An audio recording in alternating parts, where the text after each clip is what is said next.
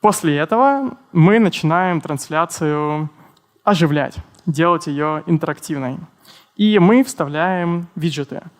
Подробно о том, как будет устроена технология виджетов, как мы их там верстаем, как мы их программируем, монтируем и какие там сложные штуки, это будет во второй части.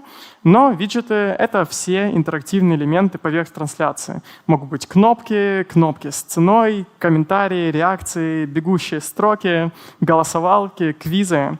И вот в этот момент мы часть виджетов вставляем прямо в плеере. Например, у нас есть вот такой виджет в левом верхнем углу, который случайно вставляется в контент. И его содержимое, что в нем может появляться, выбирает режиссер. И после этого мы получаем такую кликабельную ссылку в углу. Ну, этот виджет нужен для того, чтобы мы смотрели больше на реальных людей, а не только на сам дизайн. Ну или вот, например, кнопочка, которая macapus. Что-то там, artlebedев.ru, это тоже виджет, но его вставляет уже редактор в сборщике контента и заполняет. Ну и вот эти виджеты, которые справа с комментариями, которые по кнопке сердечко, где вылетают реакции, и вот эта строка внизу, это все уже происходит не на уровне контента. И это происходит в этапе наполнения всего плеера. То есть у нас есть комменты, и они не привязаны ни к какому контенту. Они как бы относятся ко всей трансляции в целом. И поэтому вообще я назвал этот процесс гидрация. Типа у нас есть сухие видео и картинки, а потом мы их делаем как бы наполняем водой. И в коде оно везде называется гидрация, но я решил не вставлять этот термин и назвал наполнение. И сначала у нас наполняется водой сам контент, а потом весь плеер в целом. Что дальше? Здесь будет много смайликов, поэтому я постараюсь рассказать быстренько. После этого вот все эти штуки, про которые я говорил, они происходят еще до воспроизведения. Вот они происходят в момент загрузки, в моменте подготовки. Потом начинается непосредственно проигрывание контента. И на каждом этапе мы должны сделать вот что. На каждом кадре, на каждом тике. Во-первых, мы выбираем то, что мы должны проигрывать сейчас. Смотреть, на каком медиа у нас сейчас стоит таймлайн, что нам нужно показывать, а что мы скрываем. Во-вторых, мы должны подгрузить что-то на 30 секунд вперед. Мы должны проверить, не пора ли там что-нибудь загружать. И если что, мы этот процесс, он фоновый, мы его начинаем. Потом мы смотрим, сколько у нас одновременно проигрывается медиа, то есть спрайтов. Если ровно 2, это значит, что между ними нужно проиграть транзишн. Мы запускаем транзишн, передаем туда спрайты, передаем время и получаем конечный результат на канвасе. Потом мы, вот по той схемке, где мы выбирали эффект, с которым контент проигрывается, вот мы смотрим, что там мы записали, и применяем этот, он называется default эффект, тот, который выбран заранее самим плеером, а не редактором. Помимо этого, у нас есть еще аудио, и у него тоже есть транзишн, но он всего один.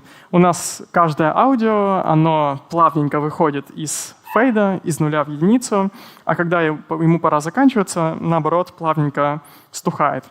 Мы подобрали длину транзишна таким образом, чтобы музыка достаточно плавно затихала, но при этом, если это слова, то они не резко обрываются. И после этого нам нужно проверить, а не пора ли нам заканчивать контент. То есть мы знаем его длительность, и в какой-то момент тот самый номер кадра, то самое время наступает, и контент завершается. Что происходит дальше? Зависит от окружения. Если мы находимся в сборщике контента, где это как iMovie или как Premiere Pro, то ничего, мы ставим его на паузу, и дальше редактор делает, что хочет. Правит его, или начинает сначала, или перематывает, или что-то еще. Но в реальной трансляции у нас есть последовательность контента. И нам нужно проигрывать контент дальше. Тоже само по себе интересная задача, потому что нам нужно обобщить плеер таким образом, чтобы он умел проигрывать не один контент, а несколько. Значит, нам нужно все, что раньше было глобальным, засунуть в какие-то объекты и научиться переключаться между этими объектами и как-то воспроизводить несколько контентов подряд. При этом вот эта штука — это наш самый главный враг. Это черный экран. Потому что как внутри контента нам нужно уметь подгружать что-то на несколько медиа вперед, так и на уровне последовательности из контента. Мы должны, когда проигрывается вот этот сюжет, уже начинать загружать следующий, потому что иначе у нас возникнет пробел, и, не знаю, даже те несколько доль секунд, которые загружаются первая картинка следующего контента, она тоже влияет на визуал, и у нас получается такой короткий черный пропуск. И вот мы боролись с этими черными пропусками достаточно долго, потому что нужно уметь мало того, что все заранее подгружать, так еще и уметь мгновенно переключать эти контексты. Завершился последний кадр предыдущего контента, нам нужно уметь прямо сразу же вставлять следующий. И очень много времени ушло на то, чтобы трансляция шла бесшовно, как на телевизоре. То есть критерий успеха — это когда я смотрел трансляцию и иногда не видел, что контент меняется.